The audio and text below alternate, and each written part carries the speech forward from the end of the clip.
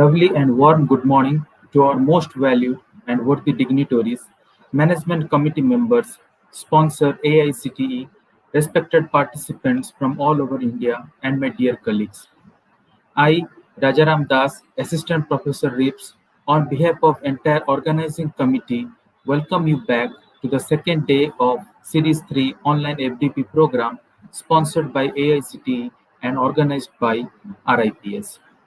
To mark this event a traditional beginning, let us begin with the virtual presentation of light lampening followed by a Ganesh Vandana.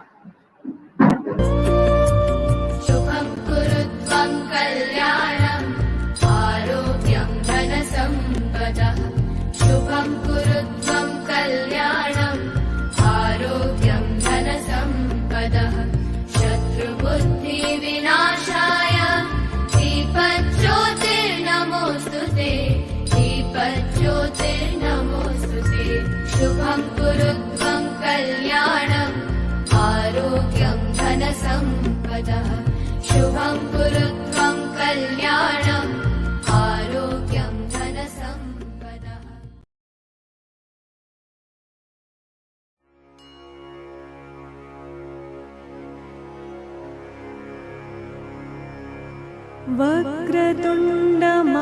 वक्रतुण्डमहाकाय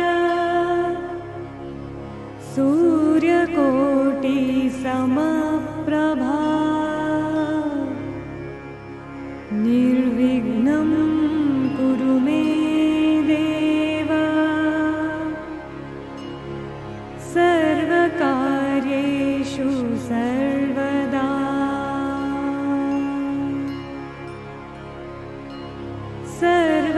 सर्वकार्येषु सर्वदा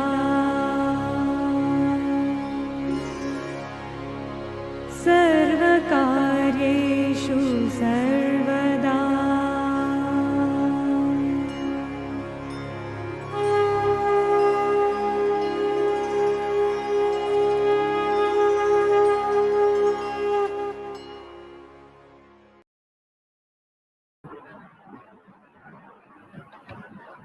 With the blessings of Lord Ganesha, let us start the onset of today's program.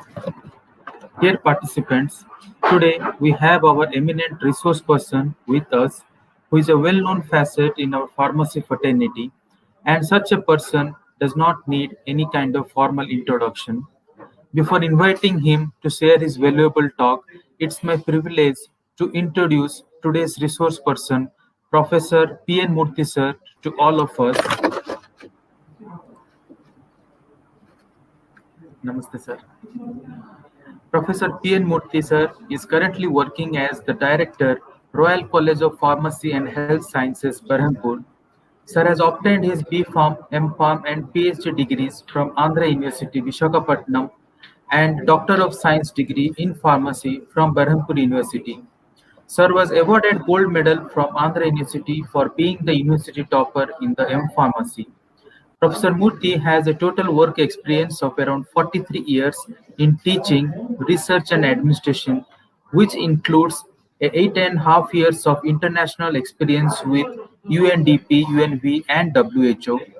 Professor Murthy has been associated with different organizations serving in various genres such as Dean, Faculty of Pharmacy, Biju Patnaik University of Technology, Orissa, Member, Board of Management, Biju Patnaik University of Technology, Orissa, President, IPA, Orissa State Branch, Associate Professor, School of Pharmacy, Addis Ababa University, Ethiopia, Visiting Professor, University of Technology, Jamaica, UNB Specialist, UNDP Hospital, Thimphu, Bhutan, International Short-Term Consultant, Rational Use of Drug, Child Health Development Project, NGHE Province, Vietnam, Professor and Principal, College of Pharmaceutical Sciences, Mahuda, Berhampur, India, Principal, Director and Professor, Roland Institute of Pharmaceutical Sciences, Berhampur, India. He is also a consultant in Roland Pharmaceuticals, Berhampur, India. Professor and Principal, Institute of Pharmacy and Technology, Salehpur, India. Professor Murthy has been awarded with Andhra Kondavati Malaya Sastri Memorial Gold Medal from Andhra University, IAPST Pharmaceutical Scientist and Technologist Award in the year 2007, APTI Teacher of Excellence Award in 2016.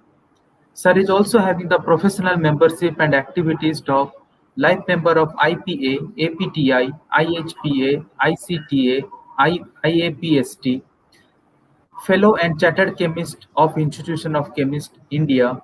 Sir has served as President, IPA Odisha State Branch.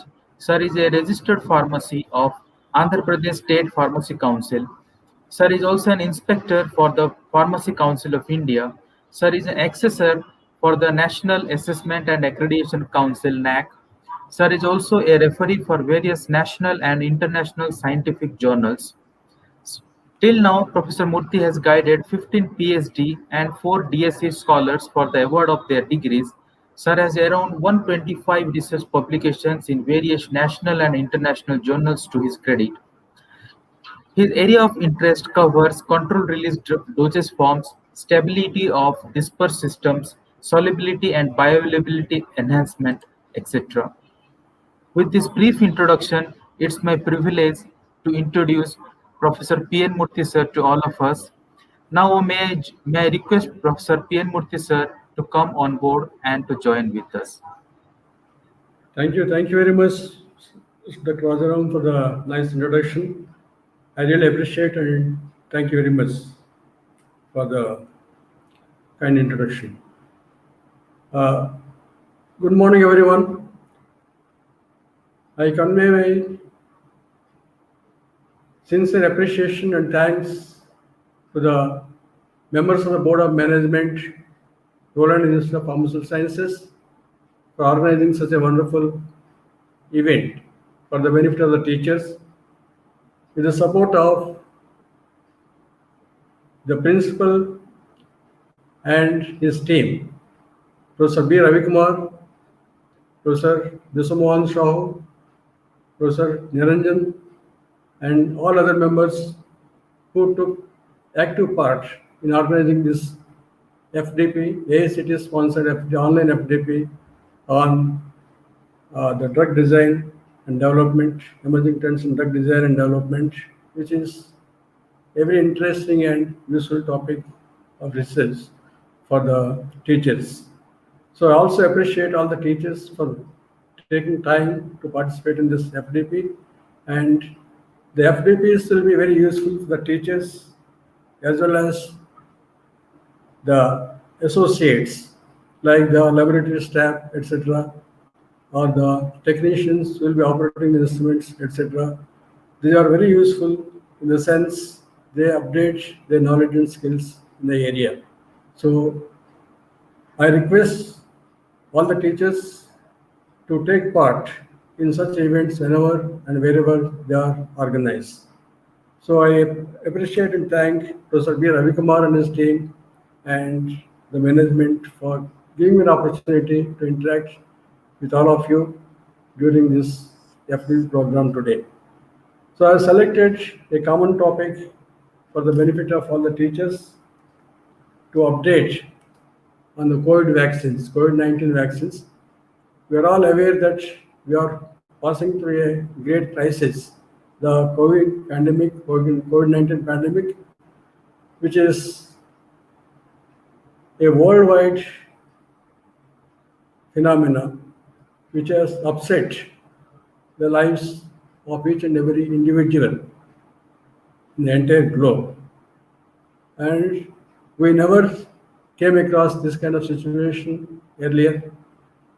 And this is really a great challenge to all of us.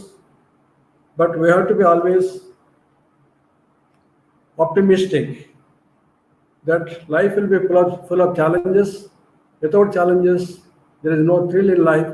That's why you have to face challenges by equipping ourselves to meet the challenges, to meet the demands. So COVID-19 is no exception. COVID-19 also is a similar situation, which is creating havoc to all of us. And that is caused by a tiny microorganism known as SARS coronavirus 2.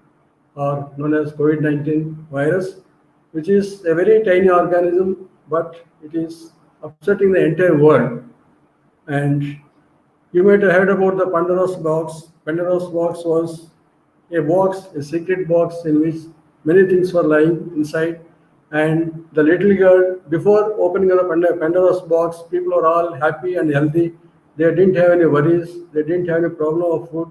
They were always enjoying the music, enjoying the food, etc. But due to the mistake of a little girl, the Pandora, the box, she opened the box and all the evils came out. The insects and parasites, all the evils, selfishness, all those things came out as per the story. And ultimately, at the end, the hope was present in the box. And today, we are talking about the vaccines that is similar to the hope that was present in the Pandora's box. That means we should never lose hope. We always have to think that future is ours. We can withstand all the troubles and meet the expectations and survive in this great world. So, with that objective, the vaccines are being prepared. Without vaccines, the mankind would not have survived to this extent to for so many years. So vaccines, as you know, are very helpful in maintaining health in the human beings and as well as the animals. And as you know, COVID-19 pandemic created a lot of havoc in the world. And as of today, as of 19th April, globally, there have been about 14 crores 8 lakhs 86,773 confirmed cases of COVID-19, including 30 lakhs 12,251 deaths reported to WHO. These are the cases reported to WHO, but without reporting to WHO, there might be so many other cases which might have escaped the media.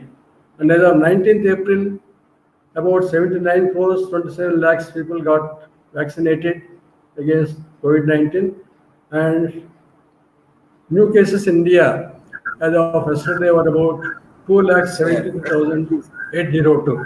Hello? excuse Yeah, me, sir. am I Sir, audible? slide. Yes, sir. Audible, but slide is not moving, sir. Is Are it, you seeing slide? has it moved or no? Not moved. Only first slide is there. You are changing slide, sir? How about now? No? No, sir. Not changed.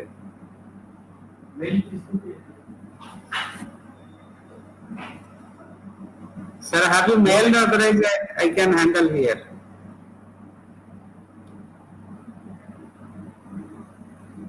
That takes time, no? Let's check it. So is it not changing? No, sir. Only in first slide there.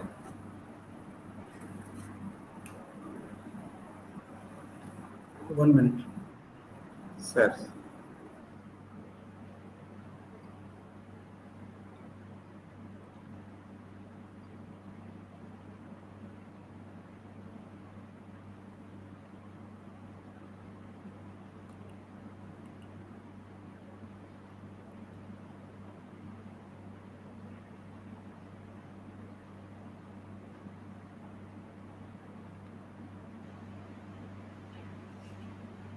Can you see this slide now? Yes, sir. Again, it will change the website here. Is it changed or no? Changing? Again, it changes, sir, and you will. It is not changing, sir.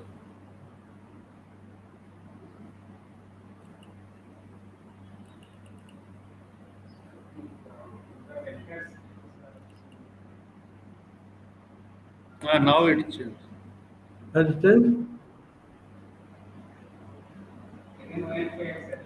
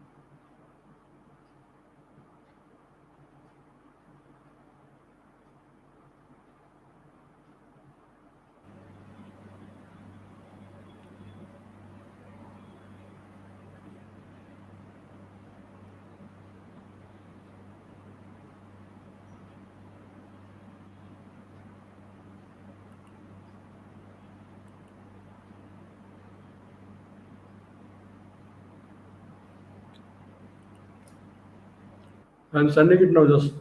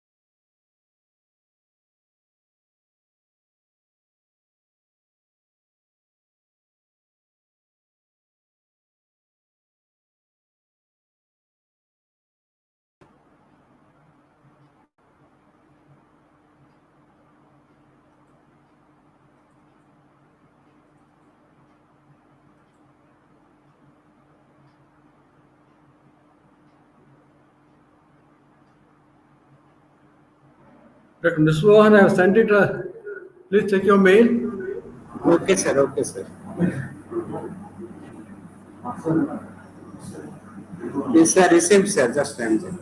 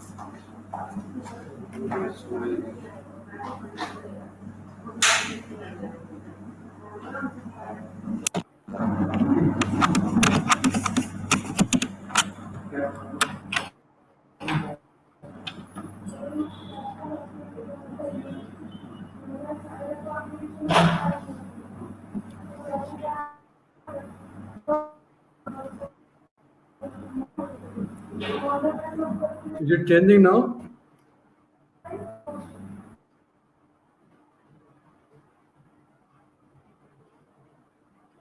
No.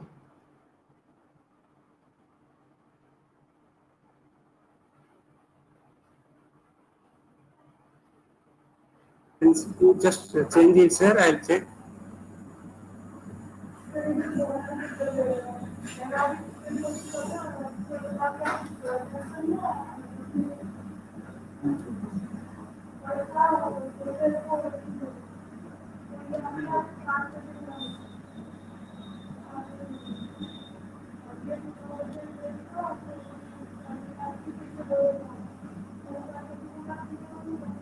Is it changing?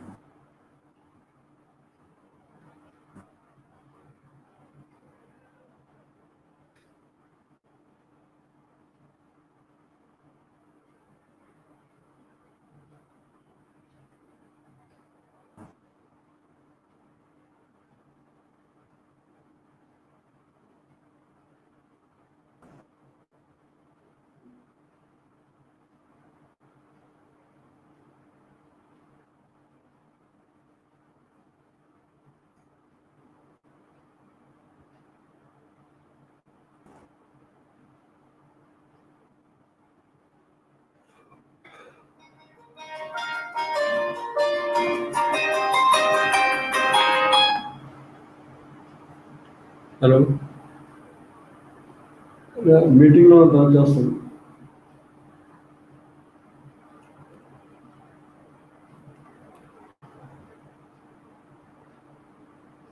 Doctor Vishwamohan.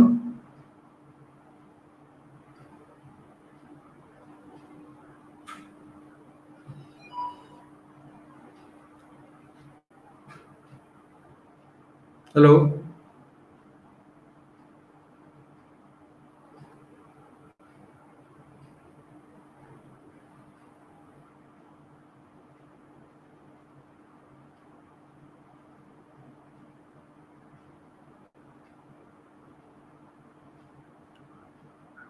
అది start చేశారండి?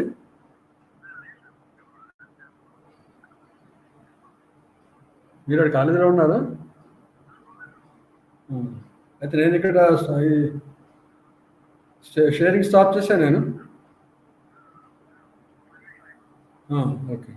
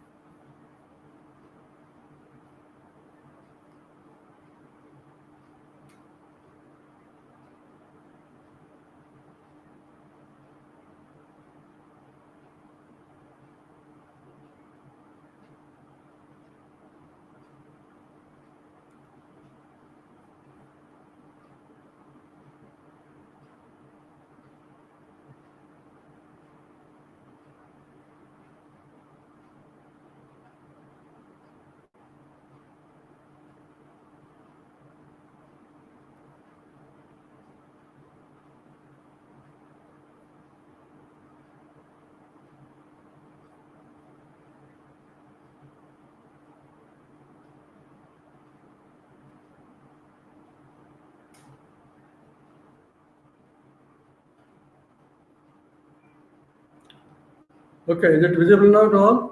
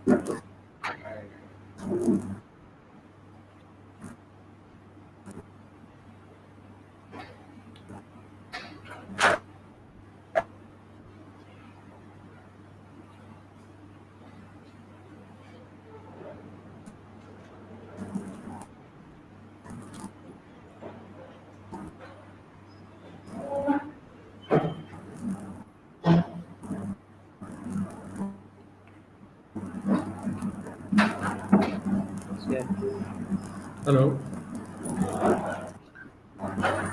Sir, 1 second, sir.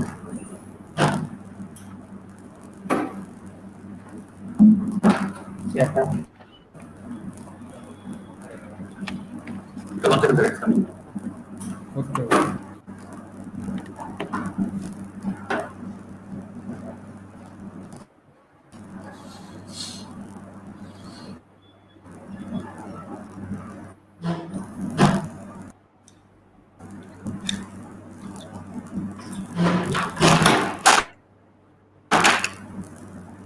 Sir, sorry for the inconvenience. Now you can start, sir.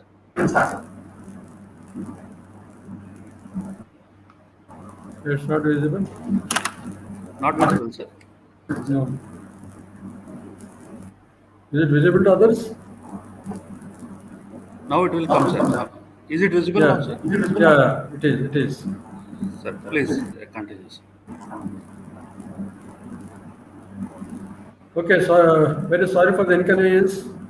There is some problem with the probably the platform or with the network or with us.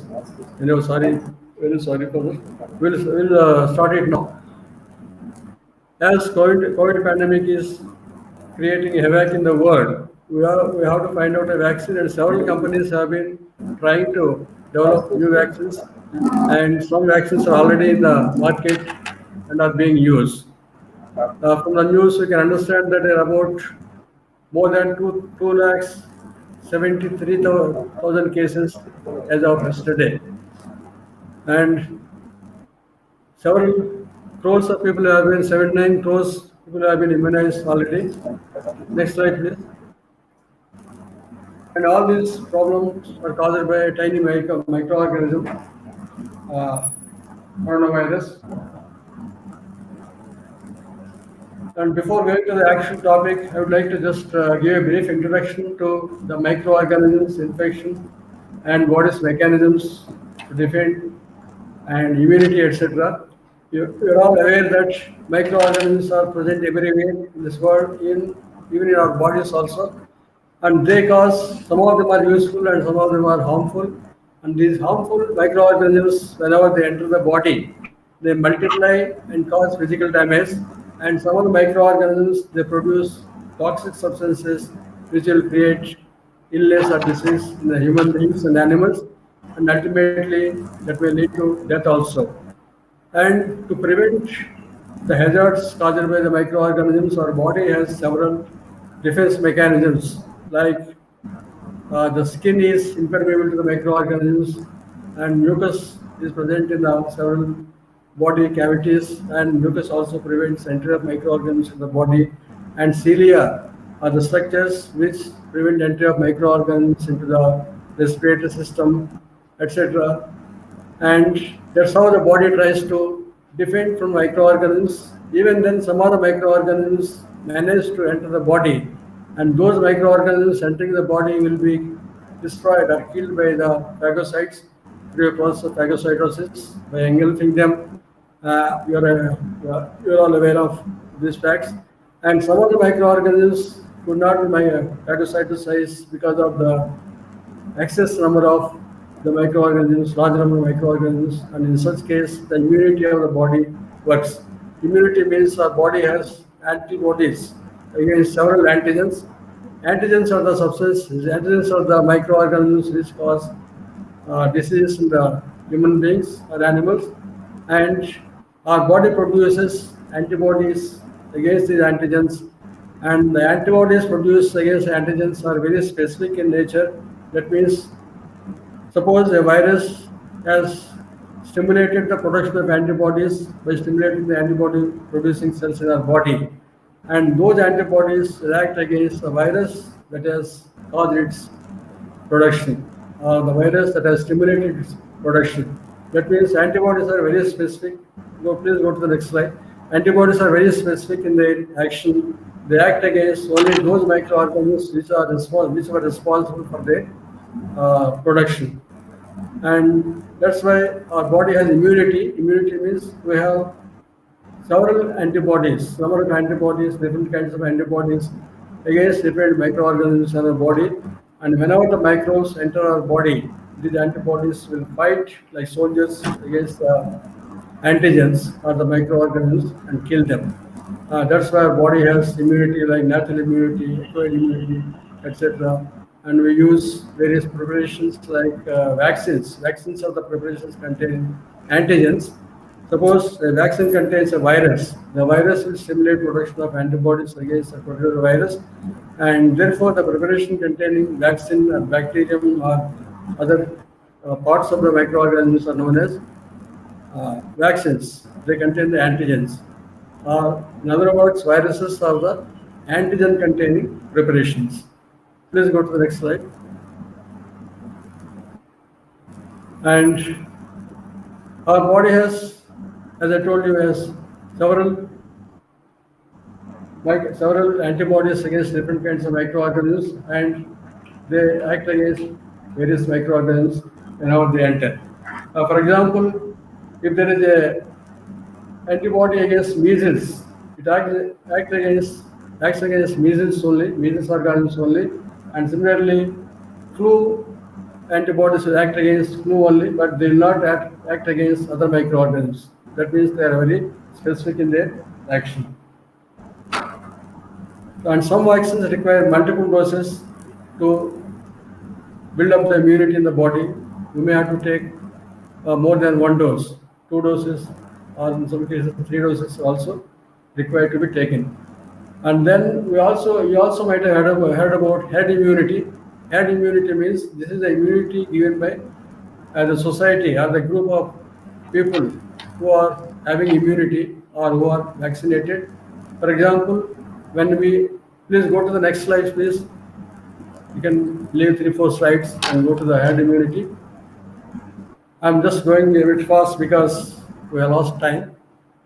The herd immunity, whenever you inject a vaccine, whenever you give a vaccine to an individual, it gives protection against a particular disease to the individual. But in some cases, we cannot vaccinate certain individuals who are immunocompromised or who have disease like HIV or who are in a condition of pregnancy or childhood, etc. So in such cases, we cannot vaccinate those people and they may not have protection from the microbes. So in those cases, herd immunity will be helpful. That means if many people in the society are immunized and few people living among them, and these few people who are not vaccinated could be given protection by the community or the herd because they are vaccinated and they have immunity against the particular diseases. And the microorganisms find it difficult to circulate among all these people because many are vaccinated, many are immunized. So they find it difficult to circulate and raise those minority individuals who are not vaccinated. That's called herd immunity. And unless the herd immunity helps, in some cases, it will be very difficult to control the diseases. That is about the herd immunity. Please go to the picture on herd immunity. Next. Yeah, next.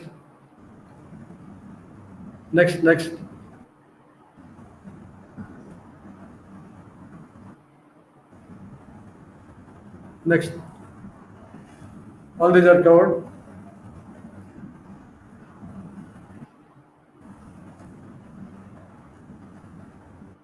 Next, please. Yeah, next. When a lot of people in community are vaccinated, the pathogen has a difficult time to reach. Yes, you can see here there are two children, two small people who could not be vaccinated because of the reason of childhood, or in some cases, people suffering from AIDS or people who are pregnant, they cannot be vaccinated due to the contraindications. But even then, if they are present in the group, they can be given protection. If they are present in this group, these two persons get the protection. Next. And history of vaccines, you are aware that vaccines have been produced since several years. In the early 1900s, polio was a worldwide disease causing paralysis among many people. But by 1950, two vaccines were developed, two effective vaccines, but vaccination was taking place effectively in many parts of the country, but in some countries like Africa, or some continents like Africa, the vaccination could not be given properly, and therefore several programs were started to immunize all the children, all the people, susceptible people against polio. And by year 2020, Africa also could become polio-free country and join the rest of the world which is polio-free, except Afghanistan and Pakistan, which still have polio. You can find polio disease in Pakistan as well as Afghanistan. Next, please. Next.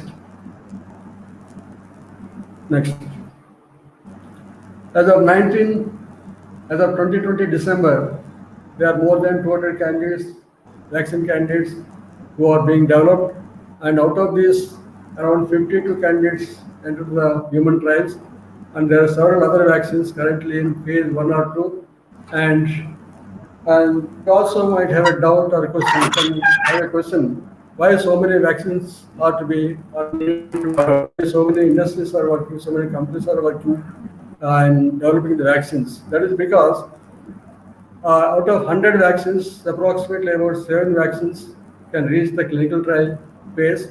Suppose you start developing all vaccines, all products cannot reach the clinical trials stage. Only about 6 to 7 will reach the clinical trials. And out of the clinical trial stage, out of 7, maybe 1 or 2 can reach the final safe and efficacious stage which can be used to vaccinate the public. That's why if you start a number of vaccines, a few of them will be successful and they can reach the market. And what are the different types of virus, types of vaccines? There are three main approaches to design vaccines. One is whole virus vaccine or whole bacterial vaccine, and the second category use parts of the organism instead of using the entire organism, entire virus or entire bacterium, or you can just use the genetic material like DNA or RNA. So these three categories are available in the vaccine development, and you can see here this is the whole virus or bacterium, whole organism has been used. And the second approach is use part of the organism. You can see the spike proteins present on this, or protein, some proteins present on this organism. So only these can act as antigens. Antigens are the substances which can stimulate the production of antibodies. So we need only the stimulating antigens, but not the entire organisms in some cases. Therefore, we can use subunits or the parts of the organism. Or the third category is just use the genetic material. Can be RNA or DNA. Next, please. If you go to the whole vaccine, if you take whole microwave approach, it can be again divided into three categories. Number one is inactivated vaccine. Number two is live attenuated vaccine. And the third one is viral vector vaccine. What is inactivated vaccine? Inactivated vaccine means, in this case, the microorganism, either a virus or bacterium, is killed. The genetic material is killed by treating with either chemicals or heat or radiation, etc. And therefore, it will not have disease-causing capacity, but still it has the antigenic nature, and therefore it can stimulate the production of antibodies in the body. That is inactivated vaccine. And coming to the next category, it is live attenuated vaccine. These are the living organisms, but weakened. They do not have the capacity to cause infection because they have been made weaker by treatment, similar treatment with heat or radiations, etc. And there is a third category, which is a modified organism. This is for example, if you take a virus like adenovirus, which causes common cold or flu, which is not dangerous to the human beings or the animals, but this virus can be used as a vector by changing its genetic nature. That means you can insert the antigen producing capacity, or you can insert the coding antigen into this virus, which acts as a vector. And when it is entered or when it is injected to the individuals, they multiply, and then they can stimulate the production of antibodies in the individuals, but they do not cause the infection because they are not dangerous virus, and therefore they produce the antibodies which will be useful for killing the microorganisms. And in subunit approach, for example, you can see the protruding organs on the organism, like you can see in the COVID virus. You can see the spike proteins which are helpful to entry of the microorganism in the human body. And these spike proteins, these are the proteins which produce or which act as antigens and create antibodies in the individuals. So instead of taking the whole virus in one approach, we take only the spike proteins. And the third one, the next one is genetic material. In this case, you take either nucleic acid or either DNA or RNA, which will trigger the production of antibodies in the body. In this case, they stimulate the body's antibody producing cells, or they work on the protein manufacturing cells in the body, and they produce proteins which act as antigens, which in turn will cause the antigen production. That is the DNA or RNA approach, and DNA is transcripted into messenger RNA, and which will trigger the production of proteins, antigenic proteins, which will stimulate the antibody production. There are more vaccines available nowadays. The summary again, all of them are trying to achieve the same thing, mute the virus, and some might also stop the transmission. They do so by stimulating the immune response to antigen, a molecule found on the virus. Antigens are required to be separated or used, which are available, which are present on the surface of the virus or within the virus. And these antigens will be producing the antibodies, which will be used as vaccines. In case of COVID-19, spike proteins are used. And candidates in clinical trials, the clinical phases 1 to 3 include about 8 whole virus vaccines, about 13 protein subunit vaccines, 14 nucleic acids, and about 16 viral vector vaccines. And now more number might be also available in the market because more and more number of companies are engaged in the development and production of the vaccines. Next, please. Next. Okay, these we already discussed the 4 main approaches. So we have whole virus vaccines, protein subunit vaccines, viral vector vaccines, and RNA and DNA vaccines. Some of them try to smuggle the antigen into the body. That means some vaccines, they give the antigens into the body, they transfer the antigens into the body, and these antigens will produce antibodies. And others use the body's own cells to create the antigens. They do not directly inject antigens, but they use body cells to create antigens in the form of proteins.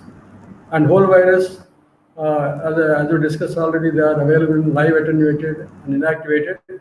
And one problem with live attenuated vaccines is they cannot be used by immunocompromised peoples because they might cause infections even if they are attenuated, because the person's immunocompromised people do not have adequate immunity to resist the disease, and therefore they are not suitable for the immunocompromised people. But inactivated vaccines can be used even in the immunocompromised people. Next, please. All vaccines work by the same principle. They expose the body to molecules from the target pathogen. Molecules from the target pathogen means they are the antigens to trigger an immune response. But the method of exposure varies. Some will directly inject the antigens, some will directly give a RNA or DNA messenger which will stimulate the production of proteins which are acting as antigens, and they cause antibody production. Next, please. Live attenuated vaccines, they can replicate but does not cause illness. The difference between live and inactivated is live vaccines can replicate. That means they can multiply without causing the disease. Therefore, the immunity will be better. And they cannot be used by the immunocompromised people. And both are tried and tested vaccination strategies which form the basis of many existing vaccines. Examples include yellow fever vaccine as live attenuated vaccine, and influenza vaccine, seasonal influenza vaccine, that is inactivated vaccine. And bacteria attenuated vaccines include BCG vaccine. BCG vaccine you might have studied or you must be knowing that contains the live attenuated bacteria. Bacillus variant. And advantages and disadvantages of live attenuated vaccines, they include well-established technology, strong immune response. Immune response involves both beta cells and T cells. Beta cells cause the production of antibodies, and T cells kill the microbes. And they're relatively simple to manufacture, but unsuitable for the people with compromised immune system. They may trigger disease in very rare cases. For example, some immunocompromised people have taken a polio virus, means it is likely that polio disease or polio effects can be seen in those individuals who are immunocompromised. Next, please. And in case of inactivated vaccines, This is also well-established technology, but this is suitable for people with compromised immune systems, no live components, so no risk of the vaccine triggering disease. So it has no live components, so risk-free and relatively simple to manufacture and relatively stable as well. But booster shots may be required to build the immunity further. And how do whole virus vaccine trigger immunity? Both live attenuated as well as inactivated vaccines contain the whole or part of the disease-causing pathogen. In both the cases, the pathogen, disease-causing pathogen or the antigen-producing part will be there, and these antigens will trigger the immunity. But they are slightly different in the mechanism. And live attenuated vaccines are derived from viruses that have been weakened under laboratory conditions so that when injected, they will infect the cells and replicate but cause no or only very mild disease. They may be unsuitable for people with compromised immune system. Also, in very rare cases, live attenuated vaccines can revert to a more pathogenic form. As I told, they can trigger the disease in the vaccinated individuals, like causing polio. When somebody takes oral polio, if he or she is immunocompromised. Next, please. Next. And because the vaccines are simply weakened versions of natural pathogens, the immune system responds as it would do to any other cellular invader. Like it acts like as if a organism, a microorganism is entered, and therefore it stimulates both T cells, killer T cells, as well as antibody producing B cells.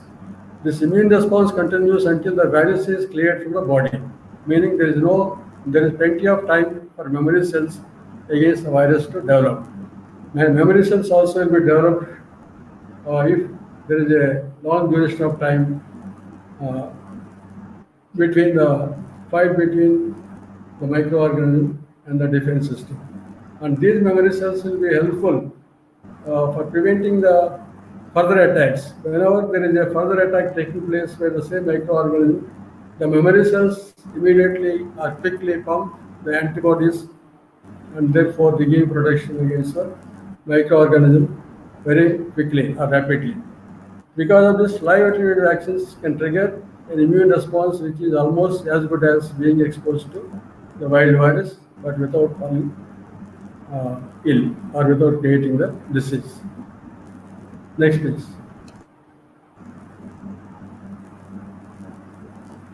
How much time do I have, Professor Ravikumar or Professor Visamohan? Can I take another half an hour? Sir, you can take 5 to 10 minutes. Sorry? You can take 10 minutes, sir. No problem. 10 minutes. Okay, then I'll go quickly.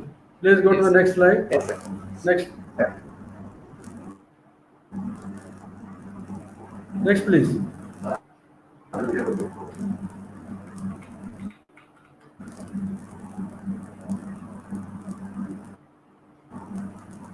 I can skip it. Next.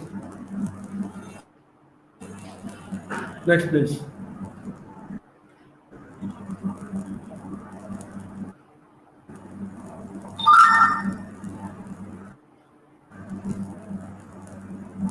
But in production of these vaccines, the problems are once large amounts of virus or bacteria are grown in the industry or the unit, there can be a danger of their leaking, causing inconvenience or the sickness among the people working. Therefore, strict protective measures have to be taken while producing the vaccines, while growing these microorganisms. And then subunit vaccine. These subunits. Go to the previous slide. Previous slide, please. Subunit vaccines contain the subunits, which are the proteins present in the microorganism. It can be a spike protein, and when these proteins are introduced, they produce antibodies.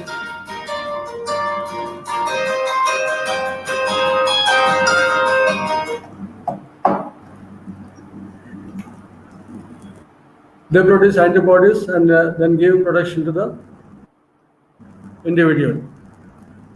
Next.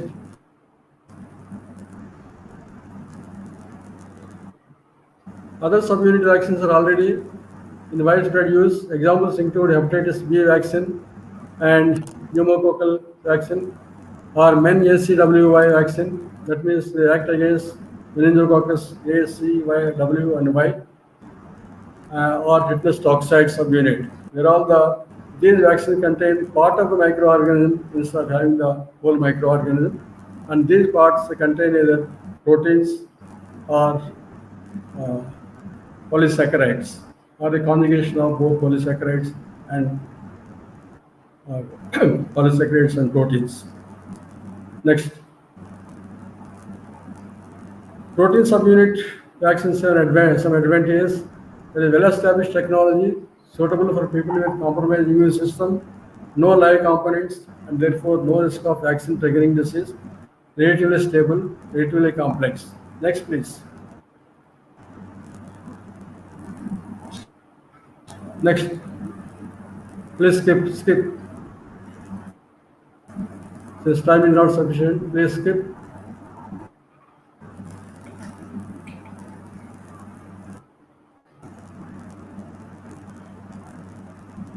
Next.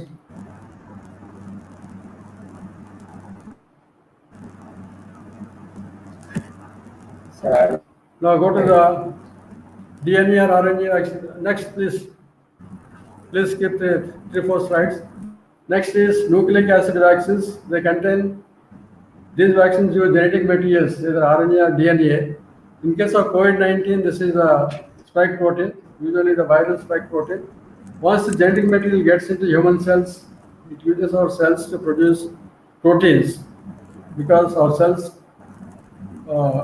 produce proteins, or they're known as protein factories, and these proteins will act as antigens that will trigger the immune response. The advantage of such vaccines are that they are easy to make and they are cheap. Next, DNA RNA. Please go to the DNA RNA.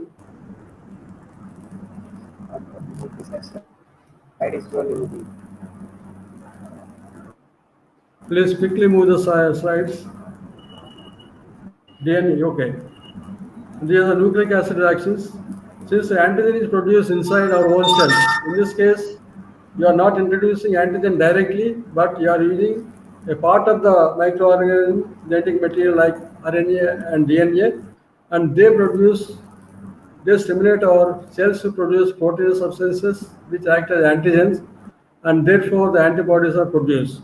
These are called RNA or DNA vaccines, and they have some advantages also, like the storage temperature should be -20 or -70 degrees for certain RNA vaccines. Next. Next, please.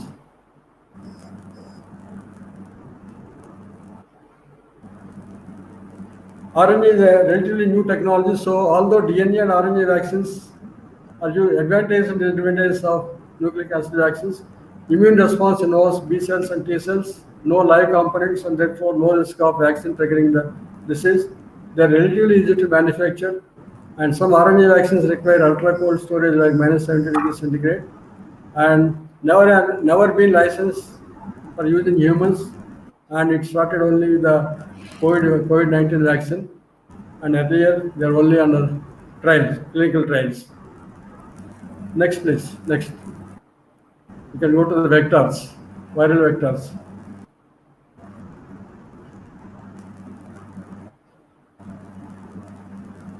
Next. Skip.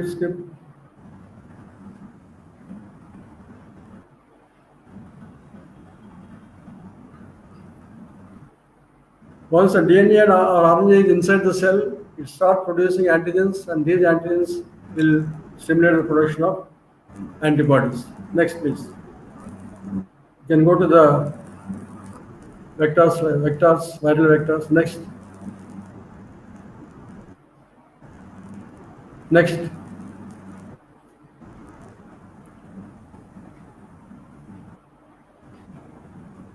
Both DNA and RNA vaccines are relatively easy to manufacture, but the manufacturing process differs slightly between them. Once DNA encoding that viral vector, okay, we'll go to the viral vector vaccines. These are the modified virus or modified microorganisms with certain genetic instructions. Usually they are not harmful to the human beings or the animals like adenovirus, which causes common cold. So these viruses are used as vectors to transfer the genetic instructions to the human beings and act as vaccines. The nucleic acid vaccines are one-sided machinery is hijacked to produce the antigen from those instructions in order to trigger an immune response. Viral vector vaccines can mimic natural viral infection and should therefore trigger a strong immune response. However, since there is a chance that many people may have already been exposed to these viruses by way of getting common cold, there might be some immunity, there might be some resistance against these viruses, and therefore, in some cases, they will be less effective. Next, next. Okay, skip. Please skip it. Go to the next. Advantage and disadvantages of viral vector vaccines.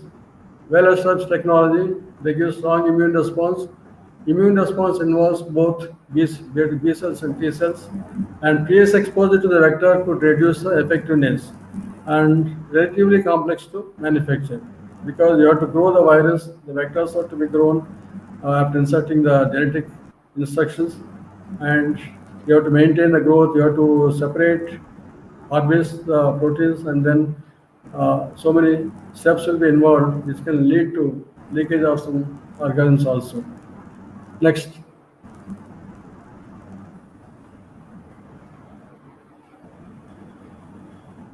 Various viruses have been developed as vectors, including adenovirus, the cause of the common cold. Even measles virus and vaccinia virus are also used, but their disease-producing capacity is minimized. These vectors are stripped of any disease-producing disease-causing genes, and sometimes they do not cause any, and many times they do not cause any infection. And there are two main types of viral vectors, vector-based vaccines. One is non-replicating, and the other one is replicating vector. In non-replicating vector, there will be no reproduction of the virus taking place because the genetic material has been destroyed, and COVID vaccine comes into that category, non-replicating vector type. Your AstraZeneca vaccine is similar to that type. It is the type of non-replicating viral vector. Once injected in the body, these vaccine viruses begin infecting our cells and inserting their genetic material. And once the genetic material is introduced, proteins and antigens will be produced, which in turn will stimulate the production of antibodies. When the immune cells detect the foreign antigen, they mount an immune response against it. Next.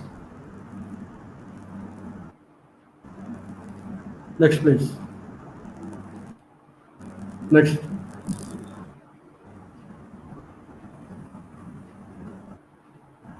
One challenge of this approach is that people may have previously been exposed to these viruses and raise an immune response against it.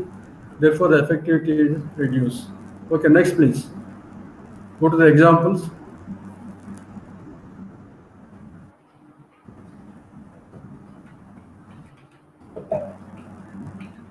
Go to the example last.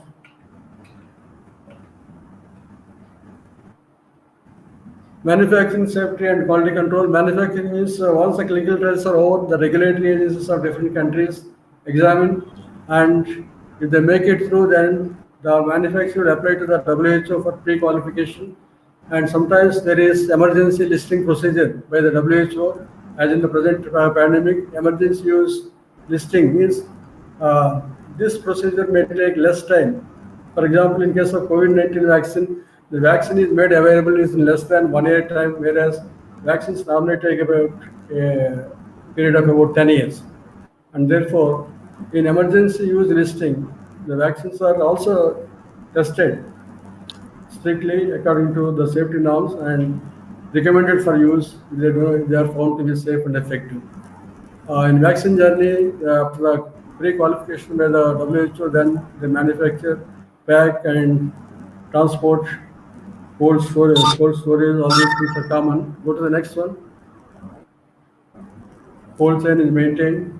Once the vaccines are produced, they are sealed in the glass containers, glass vials, because they can resist, they can preserve the qualities of the vaccine, and they need to be stored under minus 20 degrees centigrade, some vaccines, and 2 to 8 degrees for most of the vaccines, and about minus 70 degrees centigrade for the RNA, some of the RNA vaccines, etc.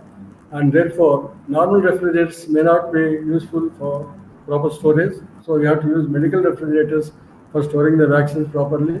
Next, please.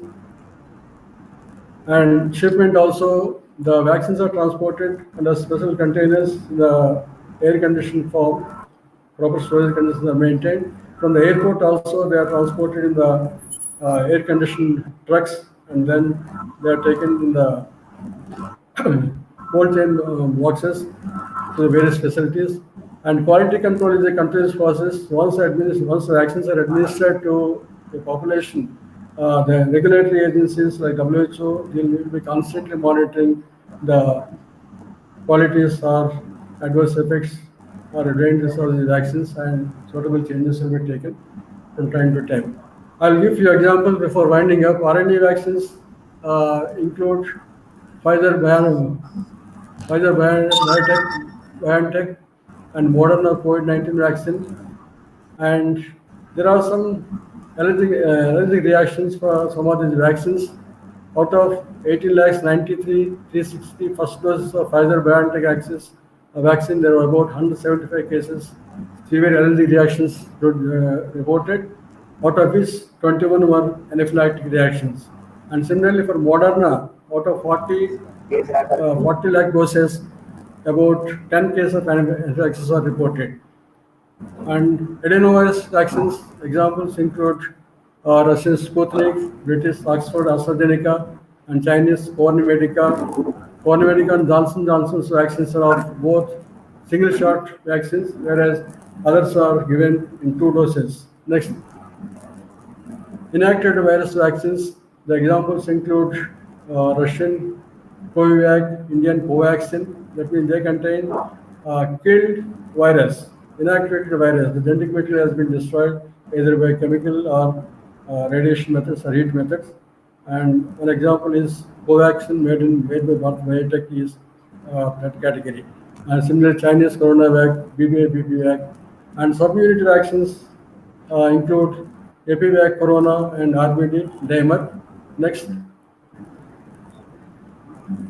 Next, please.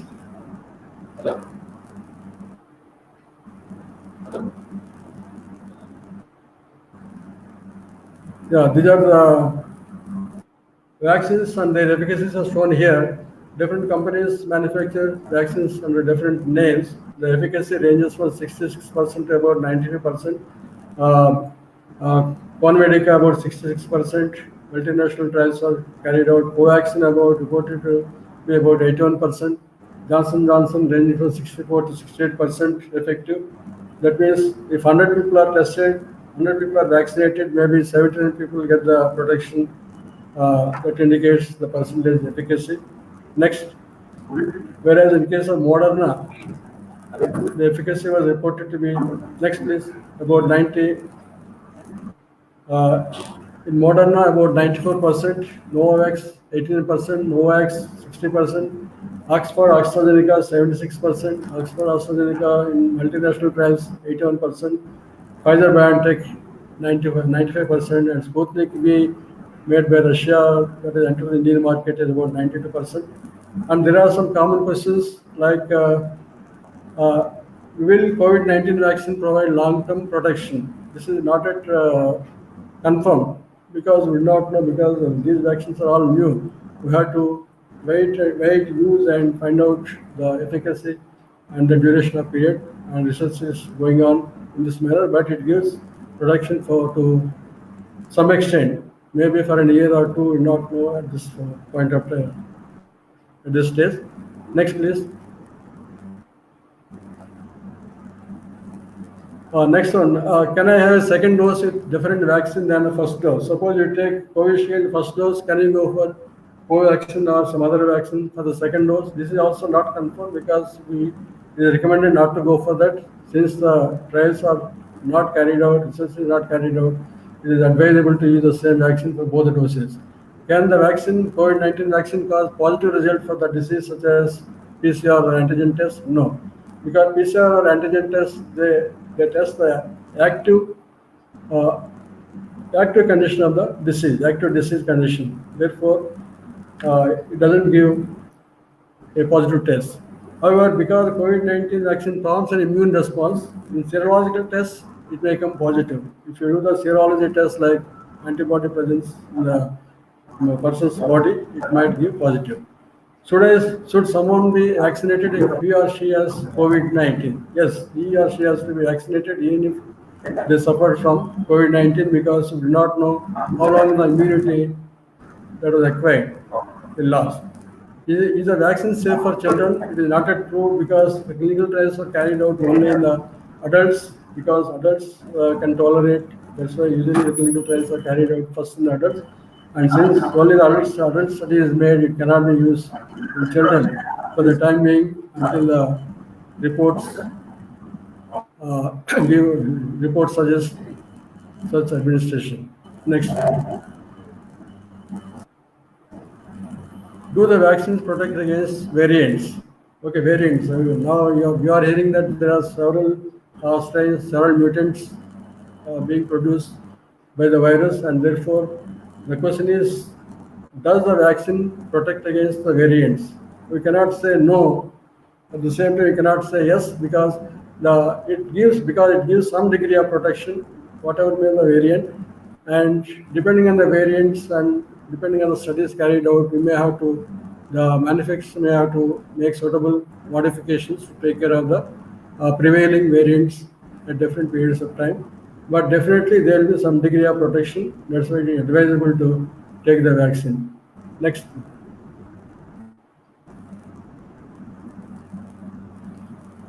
Okay, these are the references mostly from the WHO sites are taken, and I thank you very much. And I feel very sorry because the slides could not be properly displayed, and it is also delayed. And so I once again thank all of you for giving me this opportunity, and thank you very much for the patient listening. Thank you. Over to you, Mr. Dusumohan. Dr. Dusumohan.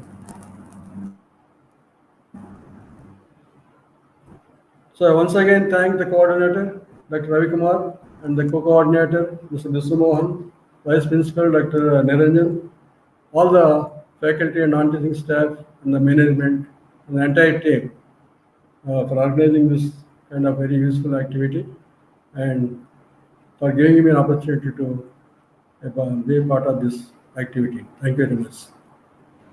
Thank you, Professor Moti sir, for accepting our invitation and sharing all your knowledge and experience with all the delegates and of course all the faculty members of RIPS have also participated in this program, which is very much essential in the current scenario of COVID-19. Thank you.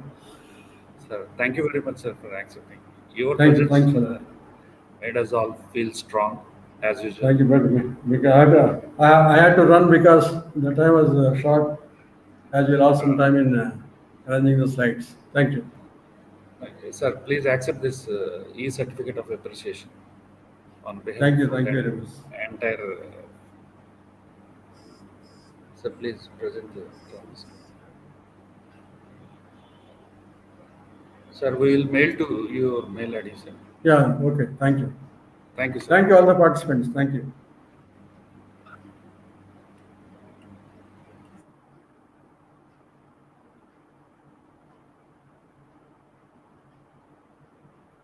Can I leave, Dr. Raghumar? Sir, sir. Yes, sir. Thank you. Thank you, sir.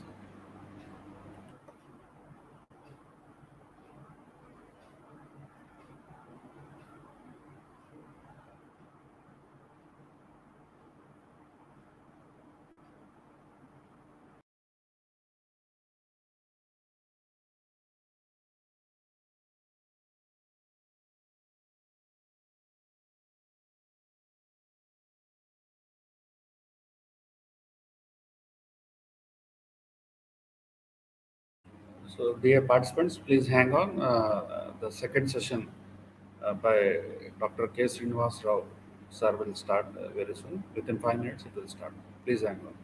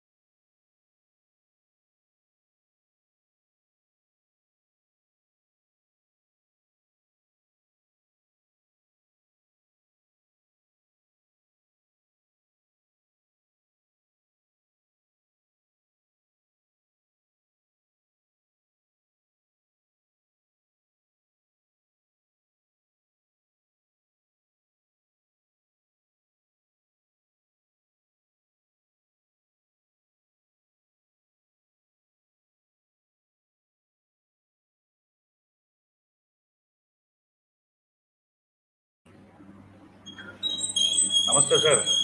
जय Srinivas sir. Sir unmute कीजिए. Sir please unmute yourself.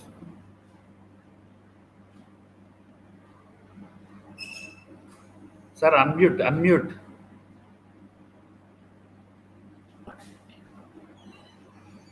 Namaste sir, how are you? You are able to hear, sir? Okay, Yeah, sir. yeah, yeah. Fine, sir. How about you? Fine sir, thank you. Nice to hear. See you after a long time. Yeah. Shall we start, sir? Yes. Yes.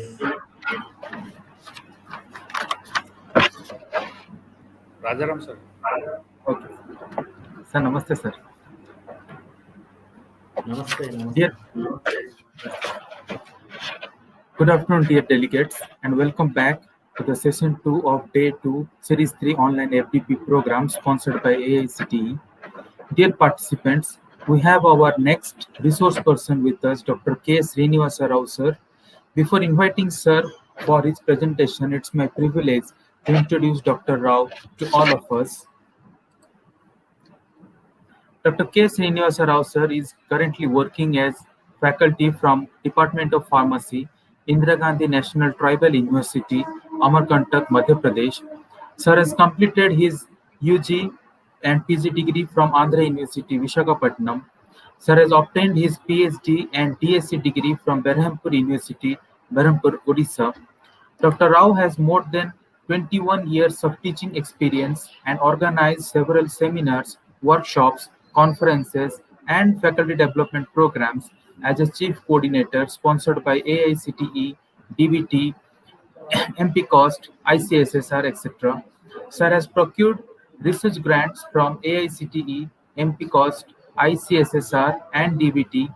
Sir has currently 3 scholars are pursuing their PhD degree under his guidance, and 1 student has been already awarded his PhD degree. Sir has many research publications of national and international repute to his credit.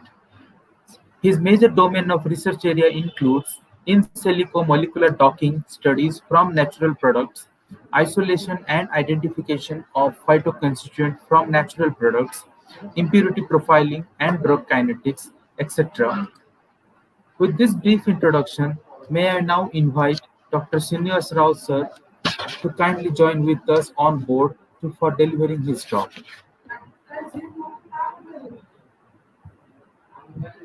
So, is my desktop sharing? Are you able to see the slide? My presentation slide is visible. Uh, no, sir, not yet visible. Not visible. Okay, let me.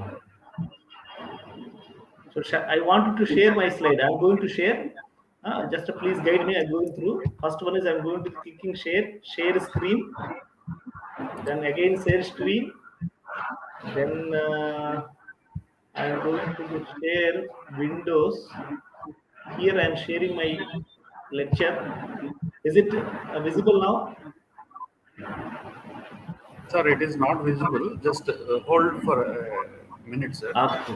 Once Okay, we sir. are adding. Okay. Okay.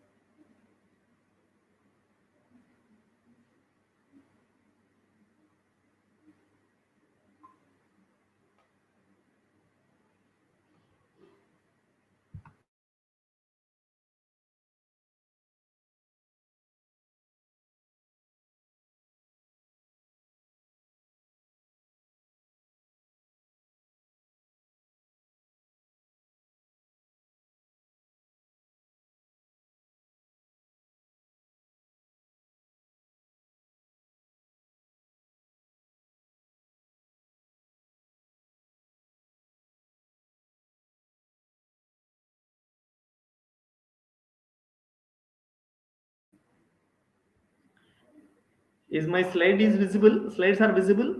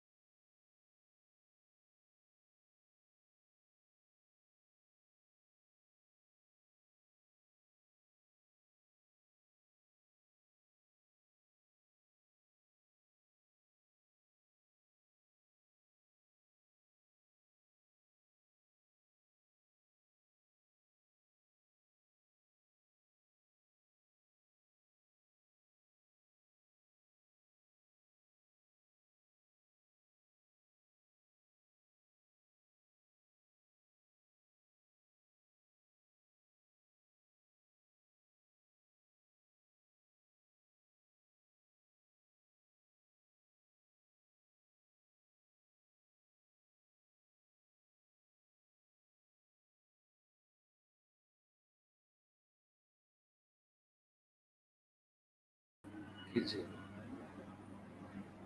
Dr. Srinivas. Srinivas sir.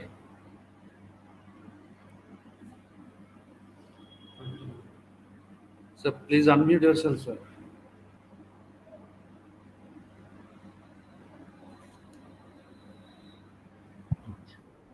Shall I start now?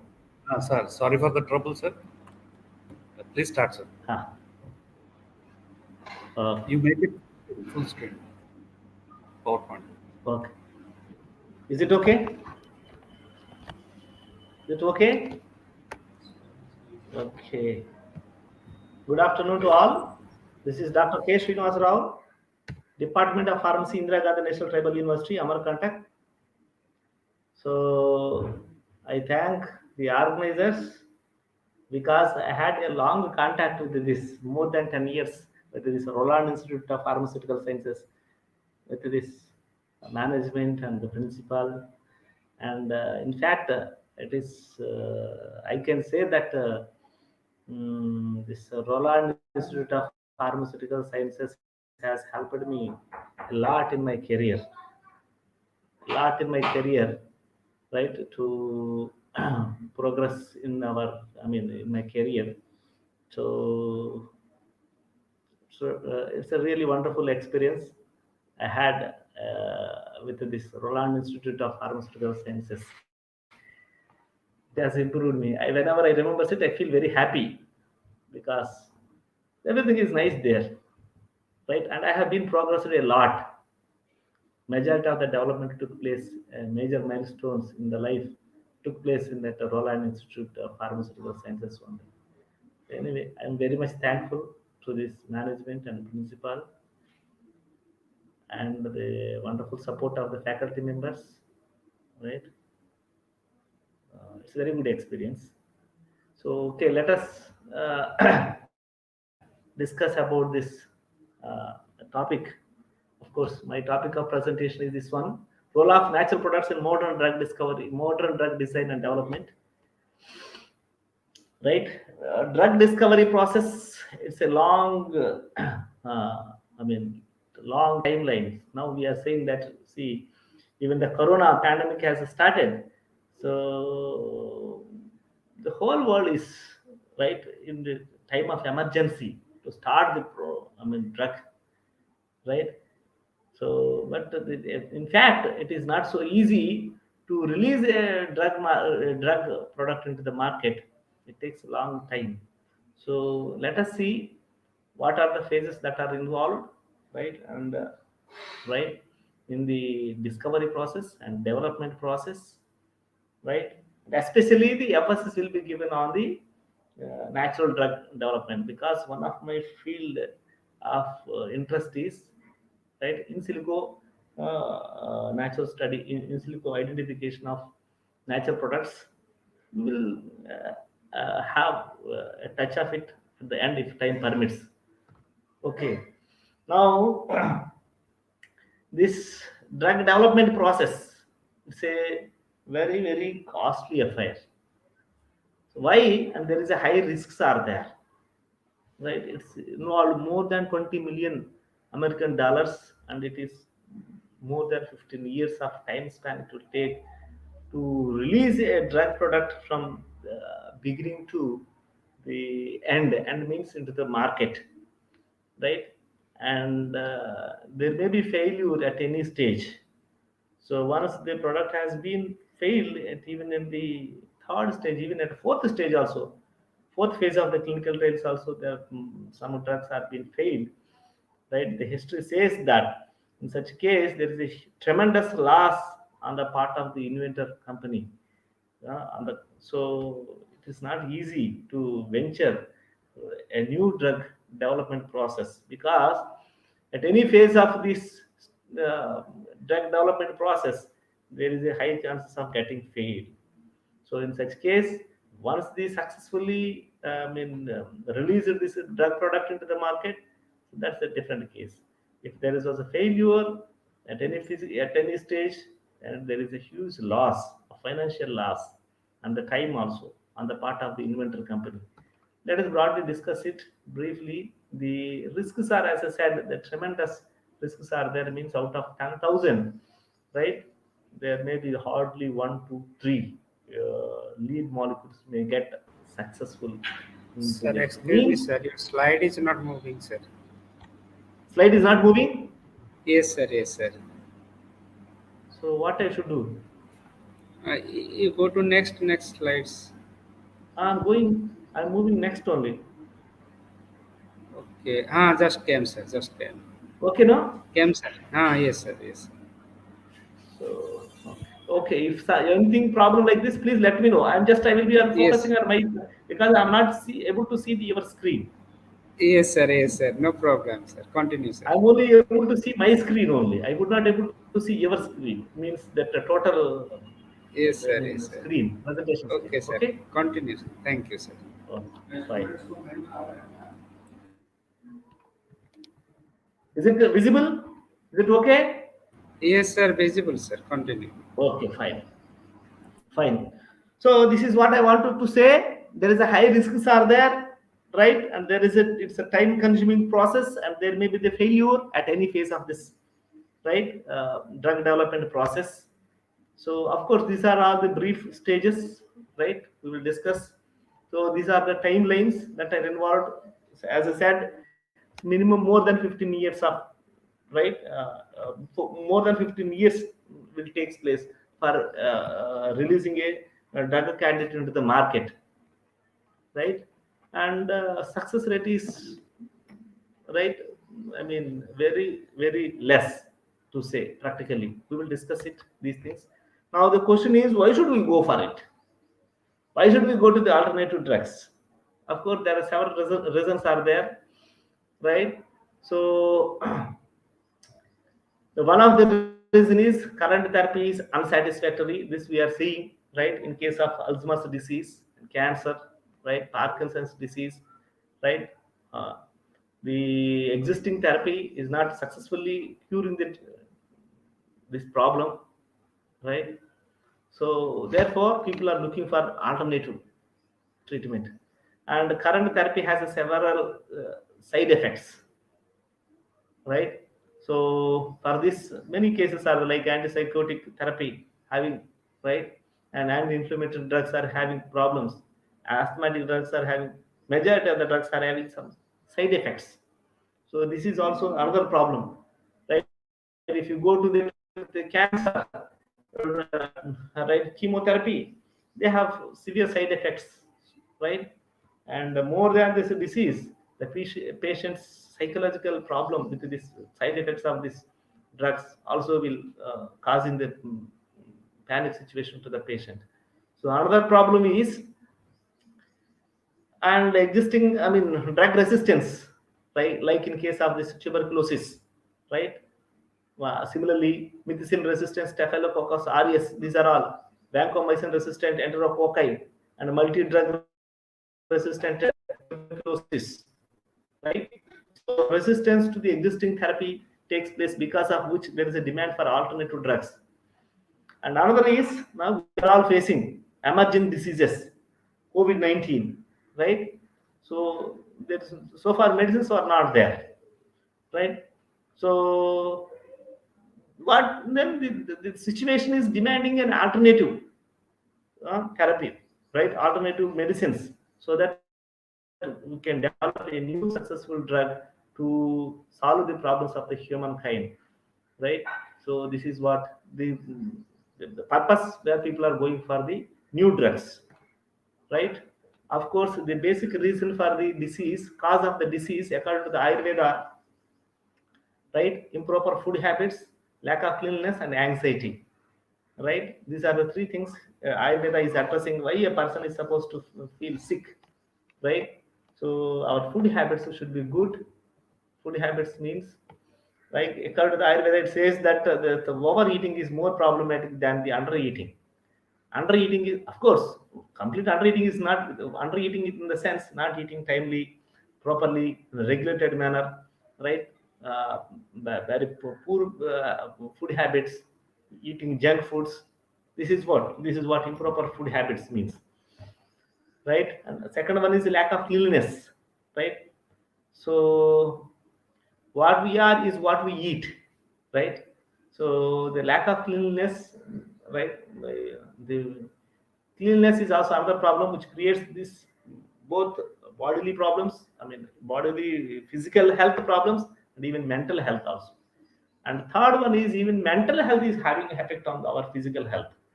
That is called stress, anxiety, right? So anxiety causes, right, health. These are the reasons according to the Ayurveda. Now, of course, our topic of discussion is role of natural products, right, in the course of drug discovery and development process.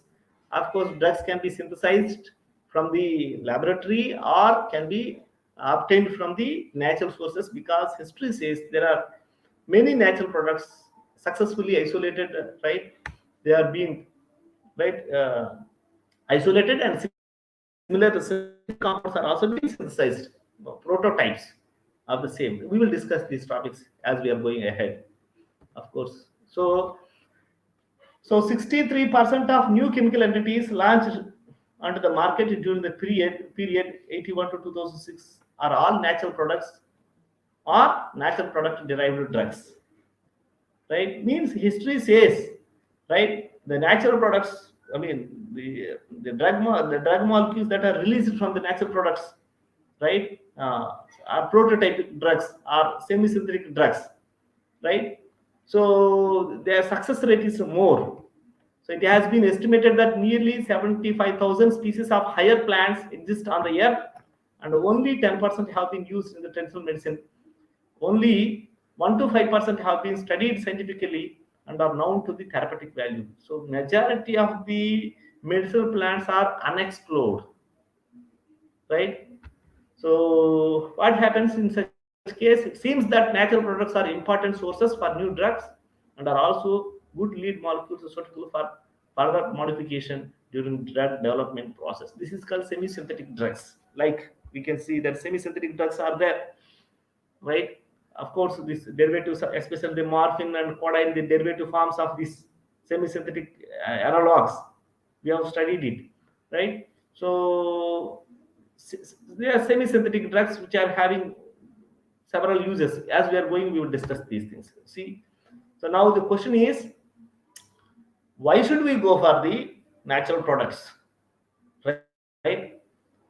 And what are the problem with the existing conventional drugs, right? So people says that natural products are, they're having less side effects. Yes, because there is a long history of usage of this natural products is there, and the method of cultivation is eco-friendly, and right, comparatively their cost is less cost, and there is a structural diversity is there in natural products, and the quantity is unlimited, because if it is demanding is more, it can be cultivated, right? And the problem with the modern and conventional drugs is that they are highly costly and having serious side effects. That's the problem. And also it takes a long time to develop a right, new product into the market, and also inadequate management in certain chronic diseases. So how many ways, what, right, I mean, what the importance of natural products in modern drug discovery? So there are four, I mean, importances I have been identified, right? So one is natural products provide a number of extremely useful drugs that are difficult, right, to produce commercially by synthetic means. This is happened atropine, right, isolated from the Atropa belladonna, ergometrin from Claviceps purpurea, morphine from Papaver somniferum, quinine from Cinchona saxurubra, and scopolamine from the solanaceous family drugs, right, belladonna, duboisia, hyoscyamus, right? So these are all the natural products provide a basic, I mean, extremely useful drug, right? Synthesis of which is somewhat difficult, right? So that the isolation of these things will be producing a new chemical entity. So another reason is natural products provide a basic compounds that may be modified slightly to render them more effective or less cost or less toxic, right? So Sir, toxicity is excuse me, sir. reduced. This is Sir, hello. excuse me, sir. Again, same problem, sir, is coming. Problem. Sir, again you try, sir. Slide is moving or not? What is happening? Slides are not Sir, moving. slide. Yes, sir. Yes, sir. So what I Just should you do? change one. Just you change, sir. It is visible or not? I'll check. Acha. Now it is visible. It is on I will 13 see. number, sir. Make it 14, sir. It is changing or not? I'm changing. You go to Okay. next, sir. It is changing or not? We'll check. I am changing, no? I'm changing, but it is not moving here. Sir, sir. Sir, you can again I'm share changing. this screen, sir. Okay. You From my side, stop I it am and changing. again But share, it sir. is not. Again stop 1 it, minute. again you share, sir. We'll check. Okay. Okay. Okay. Some network issue is there. That's why it is not moving. Yes. Yes. Yes. Yes. I am changing the slide, but it is not changing from the screen. From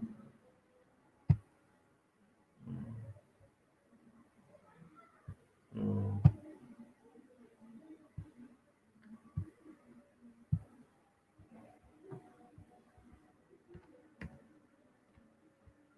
is it changing? Slide is changing. 1 minute. Okay. 14 I is will try coming, to. sir. Okay. Okay. Let me check it. How to manage here. Mm,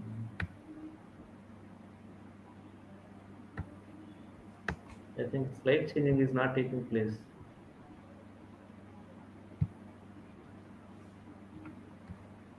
Hmm. The 13 has come. Yes, sir. Came, sir. 13. Okay, I will continue because I am Sir. unable to see your main screen. I am able to see only my screen. Yes, sir. Yes, sir. I do not know whether that when I am changing my screen, my slide, Yes, I do sir. not know whether it is changing in your screen or not. I do not know. Sir, sir, sir. So Continue, this is sir. the problem I face because I Yes. cannot able to see simultaneously my screen and your screen. Yes, sir. Yes, sir. Continue, sir. Okay, Okay, sir. so let us see if so natural products will supply basic compounds that may be modified slightly to render them more effective, less toxic. So examples are these are called semi-synthetic drugs. We know many of the morphine derivatives, right? So even the aspirin, the history says in the aspirin is being synthesized from the salicin. Salicin is from the right willows plant bark, right? Salicin is present in the willows plant bark, and the that is the willows plant bark is being used in the traditional medicinal system as analgesic and antibiotic property. So the aspirin has been developed from the structure of this salicin. So similarly, right, phenylpropanolamines is also synthesized based on the structure of the ephedrine, right? Similarly, right, I mean from the coca, right, local anesthetics are being synthesized, of course, from atropine, right? Homatropin has been synthesized. These are all semi-synthetic drugs. So the basic molecule is being taken from the natural sources and it has been modified so that semi-synthetic compound can be prepared, which is having less toxic and more therapeutic effect, right? And another reason is the prototypes. Prototypes means, right, so like quinine has been seeing the structure of the quinine isolated from the natural product Cinchona saxarubra or Cinchona calicea or Cinchona officinalis, right, which is present in the quinine is present in Cinchona species, and a synthetic analog has been synthesized in the laboratory, right, which is having the structure, right, similar to that of quinine, and modification of that structure, right. Synthetic molecules are being synthesized and their activity are closer to that of the natural product. Like in case of the quinine, is obtained from the natural sources, and chloroquine has been synthesized chemically. So how is it possible? Structure activity relationship. If similar structural molecule has been synthesized in the lab, and by modification of which they have studied that how the therapeutic efficacy is related to the structure of the chemical entity. So similarly, cocaine is right by procaine is being synthesized from the cocaine. Similarly, from the salicin and salicylic acid, ibuprofen has been synthesized. So these are all right. Semi-synthetic compounds. Neostigmine is being synthesized from the phytostigmine structure. So another one is, so the natural products will provide basic right compound by modification of which, by the suitable chemical or biological modification of this inactive chemical entity that is present in the natural product, right? It's providing a potent drug, like in case of this Taxus baccata or Taxus brevifolia, 10 des-acetyl baccatin 3 is present in the right I mean more quantity. Actually, the taxol content in this Taxus species is very less, but the another inactive molecule, that 10-acetyl baccatin 3, is present in more quantity in the Taxus species. So what they have done, they have taken this inactive molecule that is being modified by suitable chemical treatment, so that the taxol has been synthesized. So in this way, right, the right prototypes, synthesis of, not prototypes, the modification of inactive compound from the natural sources into the potent drug. Similarly, diosgenin, right, is taken from that. It is a progesterone, pregnenolone are being synthesized. Similarly, stigmasterol, hydrocortisone and corticosterone are being synthesized. So this is, now what are the challenges, right? What are the challenges of involved in this isolation of the phytoconstituents, right?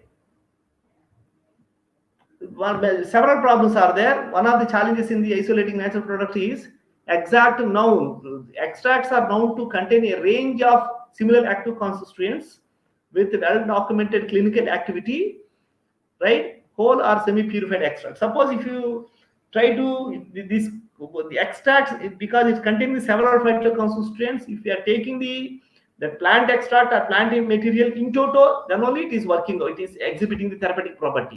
If you are trying to isolate the compound, so the compound is not having therapeutic property with that of the as compared to that of the original extract. So this is what happens. That's why LOE, these extracts are being preferred rather than this barbaloin or piperaloin, right, or isobarbaloin, instead of isolating these things. Similarly, echinacea, ginger, right? So there is no point of isolating these phytoconstituents of ginger, bisabolone or gingerol, gingerberry, because the net therapeutic effect of the ginger is more than, right, any of the phytoconstituents that are being having within the ginger. So similarly, ginkgo biloba, Korean Siberian ginseng, licorice, senna, St. John's rot, hypergum, valerian. So these plants are having a range of phytoconstituents which are responsible for their therapeutic effect. So the net therapeutic effect can be felt only if we are taking the plant material in toto rather than isolating any phytoconstituents. That's why the plant material is recommended to take, right, in the crude form rather than the isolated form. And another one is, so another problem is unsure of active constituents. So as in toto, the plant material is exhibiting particular therapeutic effect, whereas if you try to isolate the phytoconstituents, there is no phytoconstituents. Like say for example, honey. In honey, in Ayurveda, it is recommended having several uses are there. It is antiseptic properties are there. It is also used in the cardiac diseases. But when we try to isolate we try to identify the phytoconstituents of the honey, there are only sugars are there, right? And honey is also having, right? So if only simple sugars, how can it be possible to have, right, antibiotic property or antiseptic properties? of the honey, right? So unsure of active constituents. So this is what is happening. Not only that, honey like raspberry leaf, tassel flower, lentil, oats, wild lettuce. So active constituents are not. I mean, do not know active constituent. What is the exact active constituent that is responsible for the therapeutic effect of this the whole plant material, right? If you try to isolate the active constituents, so the results will be null and void. We are unable to succeed in it. So that's one reason. Another one is active constituents are unstable.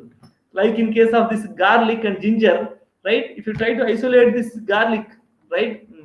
Isolate the constituents of the garlic, what happens? It is unstable.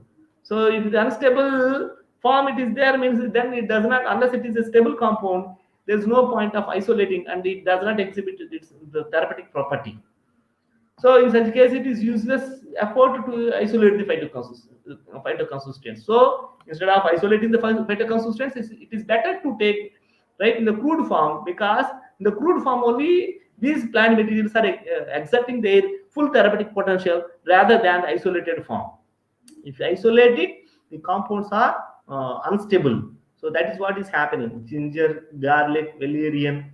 So that's why, right? This is one of the challenge, right? Because crude plant material is exhibiting the therapeutic property comparatively better than the phytoconstituents in isolated form. So another one is plants are exerting synergistic effect with, right? So chemical constituents present in the plant material exerts synergistic effect, right? Or sometimes antagonistic effect. Means, say for example, the toxic effect produced by one of the constituents of the same plant material will be nullified by the other plant material, other constituents of the same plant material. So in this way, either synergistic effect or antagonistic effect produced by the crude material is, right, recommending or demanding the, right, not to isolate the phytoconstituents, rather than take the plant material to be taken in toto. So say for example, this is how, right? So what is the problem? If isolating, suppose St. John's rot, hypercum, if you, the active constituent of the hypercum is, right, hypersin, right? So and pseudohypersin, which is responsible for its antipsychotic property, right? And if you, whereas if you try to, of course it is having hypersin and pseudohypersin, chloroglucinol, right, and flavonoids are there, right? So when these constituents are taking in the crude form, there is no side effects. Whereas if it is taking, if you try to isolate it, right, so these are producing again, right, when these are present in the natural product hypersin and pseudohypersin, they are exerting synergistic effect, right? Whereas if you isolate it, then they are not having any synergistic effect. So that's why these compounds are demanding the plant materials must be taken in the crude form rather than isolating, because there is synergistic effect is existing in the crude form. Similarly, gingeber officinale is used as antibiotic and antibiotic, right? As isolated and fractionated, right? So the fraction containing alpha gingiberine, beta sesquiphylandrine, bisobalin. So what is happening? In the whole form only, they are having this synergistic effect in exhibiting the therapeutic, like anti-emetic property and anti-ulcer property. If you isolate it, right, the therapeutic effect is not up to the mark as they are in. Like similarly, you take for example of in case of Trichotillum, right?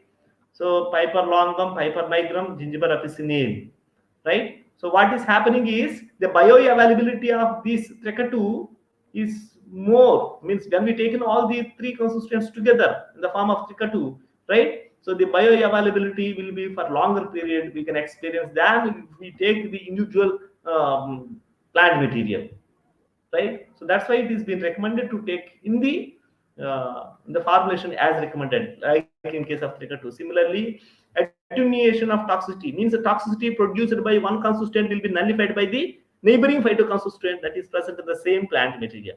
Like say for example, so THC that is present in the cannabis, tetrahydrocannabinol, is the main psychostimulant constituent of the cannabis, but the THC from psychostimulant property, it also produces anti-anxiety property also. So that anti-anxiety will be nullified by these neighboring constituent of this cannabis, that is called cannabidiol. So the anxiety caused by the THC will be nullified by the cannabidiol, which is present in the same plant material. So if the cannabis is taken in toto, I mean in the crude form, the person will feel psychostimulant property and he does not feel any anxiety.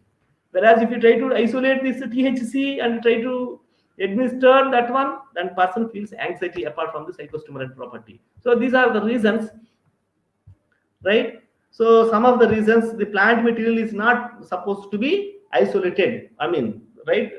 Some of the phytoconstituents are not isolated, right? Rather, they should be preferred to take in toto, in the crude form. So now let us see various stages for the discovery of drugs from natural sources, right? So these are the selection from the natural product, right? Target identification, of course, the screening, right? The screening of this, I mean, the plant materials, and then identification of the constituents that are responsible for the plant material and isolation and characterization of these phytoconstituents, and then structural elucidation of these, then preclinical development, and we will see these stages.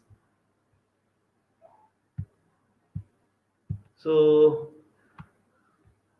following stages are involved in the development of bioactive molecules as a pure drug from plant sources. Of course, we will discuss these things. Collection and identification of the plant, authentication and deposition of sample in herbarium, like Botanical Survey of India, literature survey, analysis of the plant species along with the activity present in the selected plants for studies, extraction of non-polar to polar solvent and prevention of extracts for phytochemical analysis and their biological testing, evaluation of plant extracts by judging different biological test methods, right? And the cryptographic analysis by activity guided fraction of the extract, monitoring each cryptographic fraction, isolation, of course, right? The structural elucidation, right? Then once the structural elucidation is there, performing molecular, then once this structural elucidation of the active constituents are over, right? Then in vitro studies and in vivo studies on the plant material, right? So after this in vitro and in vivo studies, then once it is successful on the animal models, then it should be gone to the preclinical studies, right? So it is all a systematic process to develop, to launch a new product into the market. Yeah, this is all same, right? Just what I said. So now these are the stages of drug discovery and development process, right? So first one is target identification, right? What is meant by target? An element of cellular metabolism that is involved in the disease process and that can act as a site for therapeutic intervention. So target is, right, that which is responsible for the disease. So identification of the organ, right, that is responsible for the disease, target identification, and target validation, right, evaluation of the function of the target in the disease process, and the determination whether alteration of that particular target function will provide therapeutic effect or not. This is called target validation. Then once the target validation is been done, then synthesis of the compounds using this high throughput screening, right, and synthesizing compounds, then, right, hit identification, right, by studying this can be done in silico studies, right? Hit identification means if this the developed target molecule, the ligand, can be studied its effect over the target, right? And then that which is the compound that elicits a response in the screening process, that is called hit. So hit identification. Once hit is been identified, the lead identification, there may be several hits, right? But the lead identification, lead means lead is defined as the compound that demonstrates a desired biological activity on validated molecular target. So this is a lead identification. So from the hit, we have to identify the lead. Again, the optimization of the lead molecules, alteration of the structure of lead compound to enhance desirable properties such as solubility, permeability, bioavailability, and stability, to reduce the undesirable property of such undesirable properties such as toxicity. This is called lead optimization. Then what happens? Then once the lead optimization is done, then we have to go for the clinical study. That is called right, drug candidate drug.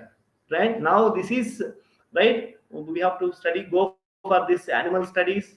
Once it has been successfully proved, right, in animal models, then it should be gone to the right. I mean, of course, regulatory parts are there, right? Patenting other part, then it should be gone for the preclinical studies.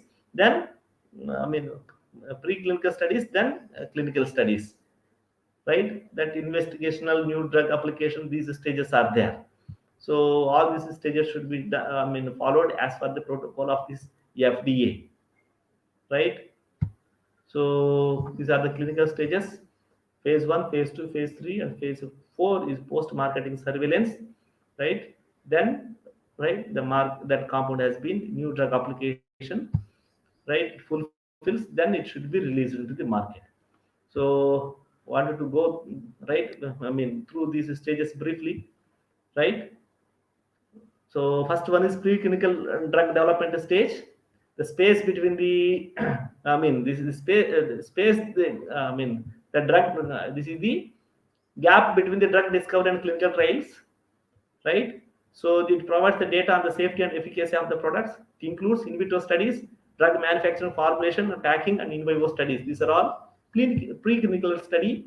And here the in vitro studies will be there, maybe on the intact cell lines or cell-free system, right? Like SF, enzyme activity and receptor binding effect, right? So of course, in order to avoid this failure, we can study this in silico studies also can be conducted, so we can avoid the time or we can minimize the time, right? And also identify particular lead compound that is having possible therapeutic effect over the target. So that's how the in silico studies will be helpful, right? So they will, by in silico studies, we can identify the possible lead compounds, right?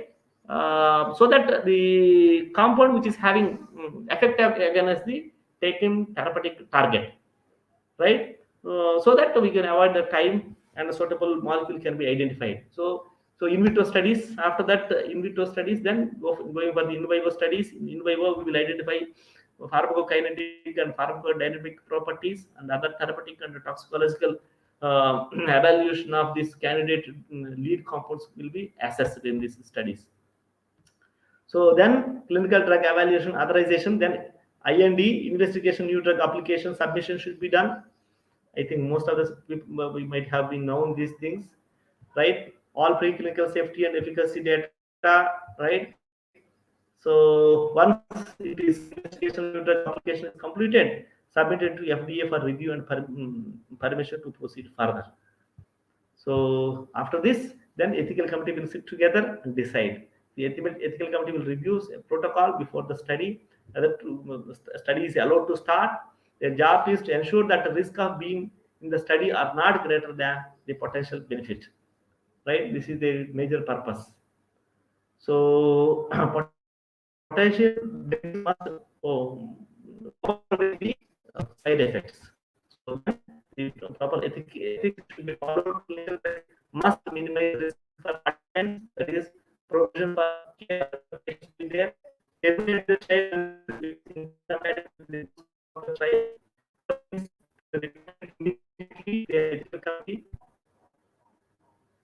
So then institutional review board and the independent ethical committee will sit, right? The purpose is the object or the purpose of the board, the review committee, is that to ensure the rights and welfare of the participants are taken care, to ensure that FDA regulations are followed in the clinical trials protocol for ethical and legal issues. Also has the authority to approve and modify and disapprove.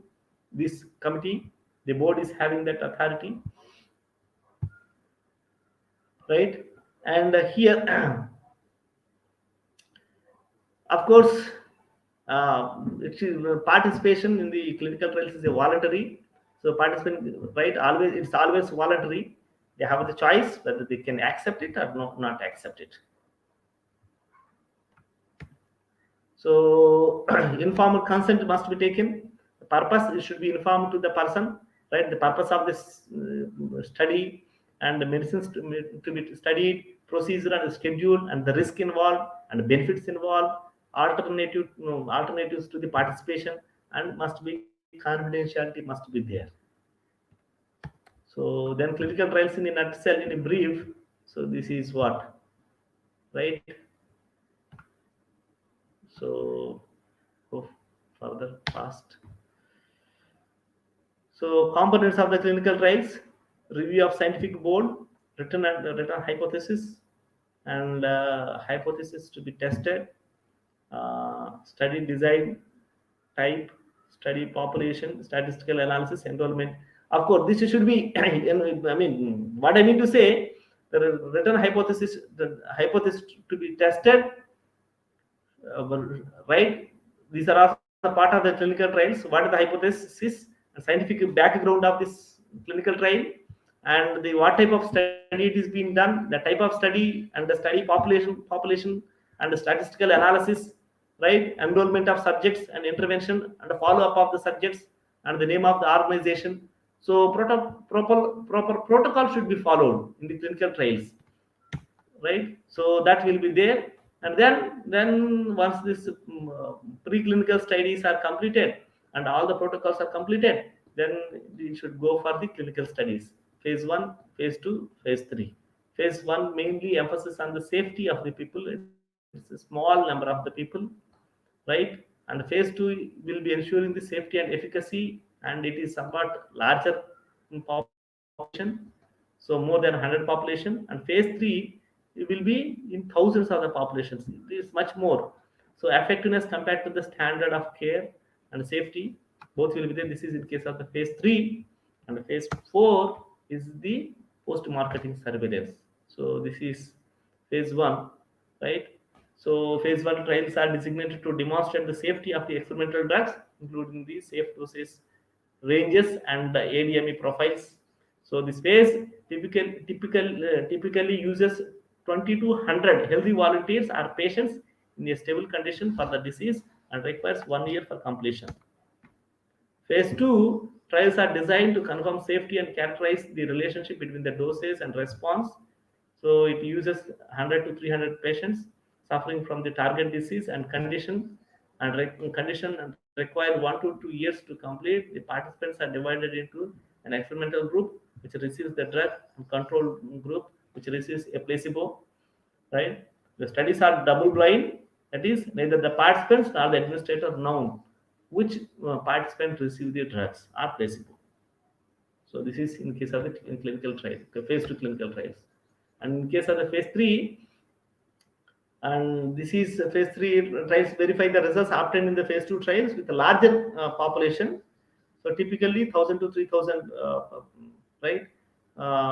Volunteers will be there for 2 to 4 years time it will take. These trials are designed to, right, reveal the side effects from the long-term usage or administration to a larger population of the subjects. Like phase 2 trials, phase 3 trials are double blinded and placebo controlled, right? But the difference is in larger population to prove the safety and efficacy.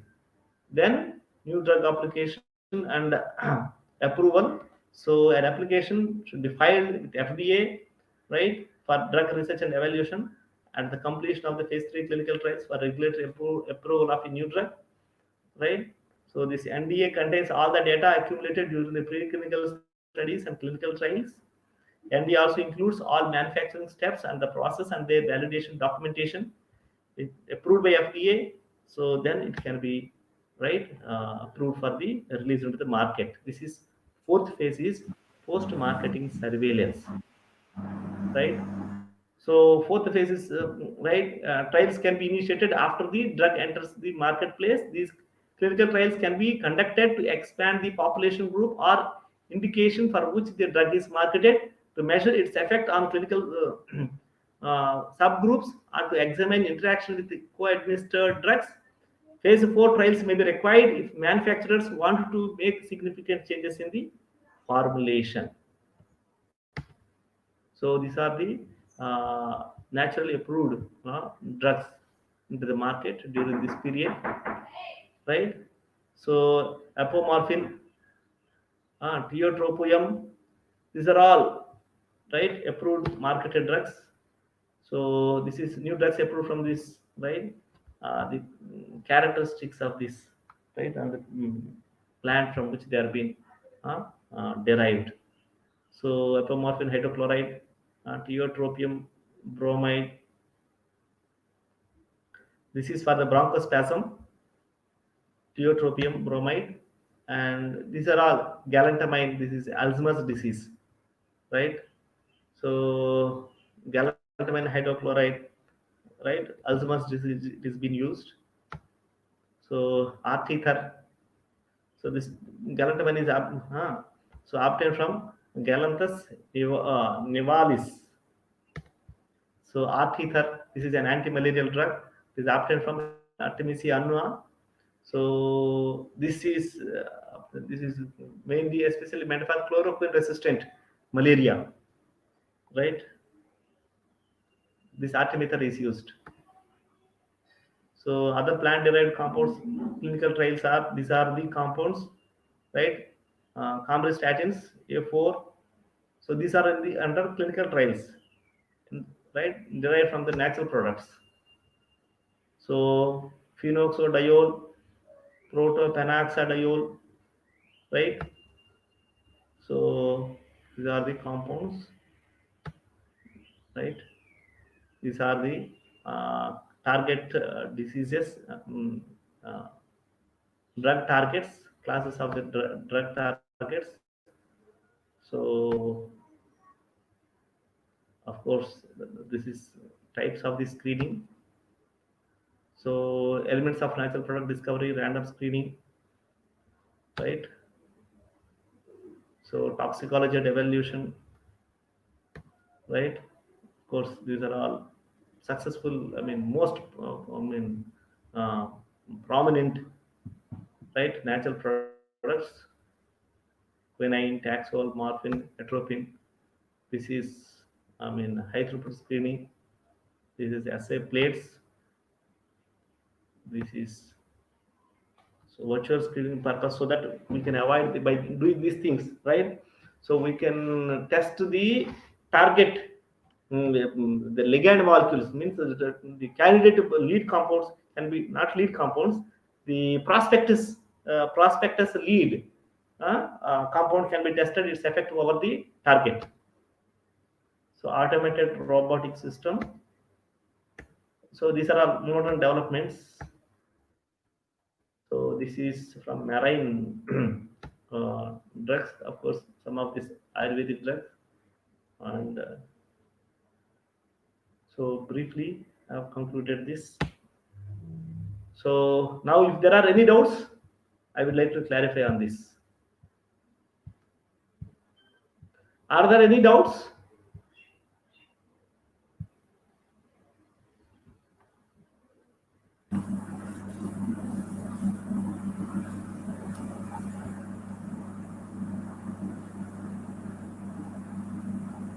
Thank you, sir, for your nice presentation. So you have included all parts of drug discovery process. So I think it will be very useful for us, like technical members and research scholars also. So we have learned so many things from your presentation, sir. Thank you, sir. Sir, Principal, sir. Thank you, Dr. K. Srinivasrao, sir, for accepting our invitation and coming again to RIPS virtually though. Virtual. Always pleasure to meet you. Keep up the very good work. Nice. Again, very nice feeling to interacting with the Roland, right? Sir. It's nice feeling to be with all the faculty and the same faculty with whom I worked, right?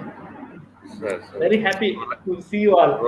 Roland will remember your contribution, and please do visit RIPS once the pandemic ceases. We'll call you for offline. Come to our contact. Definitely, sir. Laboratory is department. You can also visit My laboratory is there. Natural products laboratory is there. It's my own laboratory Sir. because I have received some funds from some organization funding agencies. I have developed. Okay. It is in the under development stage. Hopefully, it will increase. Right now we Definitely, are sir. three. We are having 4 people are under me who are working as a group in the from the project. We are working Sir. on the in silico anti-Alzheimer's lead compound. So try to visit our lab. So Sir. though our department is very beginning stage, but it is very nice lab. It's under development. Sir, Sir, I'm sure please that it go will ahead, sir. grow.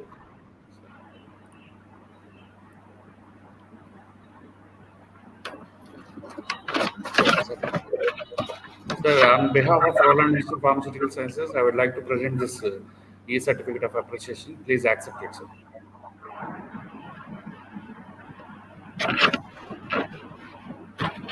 Thank you, sir. Thank you, sir. We'll meet Thank again. you. Bye. Yes, sir. Thank you. Thank you so much. So there are no questions from the audience.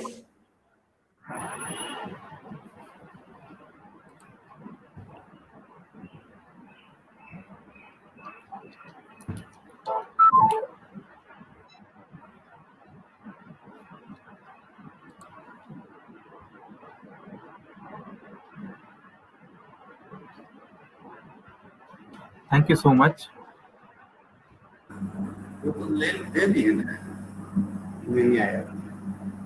Please accept it, sir. How to accept it? Through Accepted. online only, sir. Through online. We'll send through email through your email. Okay, sir. okay. Thank you, thank Thank you. you, sir. I once Thank you so again much. thank this organizing committee for giving me this opportunity, especially the principal, Professor Ravi Kumar, my ex-colleague, right? And all the faculty members and the management members. Once again, I'm thankful to them, right? So thanks to all. Nice to have again once again Roland. Having a different sense of feeling I have with the Roland. Thank you so much, Thank you Dr. so much. Srinivas So Rao, shall I sir, close? for highlighting the entire drug discovery process in a nutshell. We remain most grateful to you, sir, for the rapt attention with which you have delivered this particular presentation. Thank you so much, sir. Thank you for joining with us. Thank you. Thank you, sir. So one announcement for the participants. So tomorrow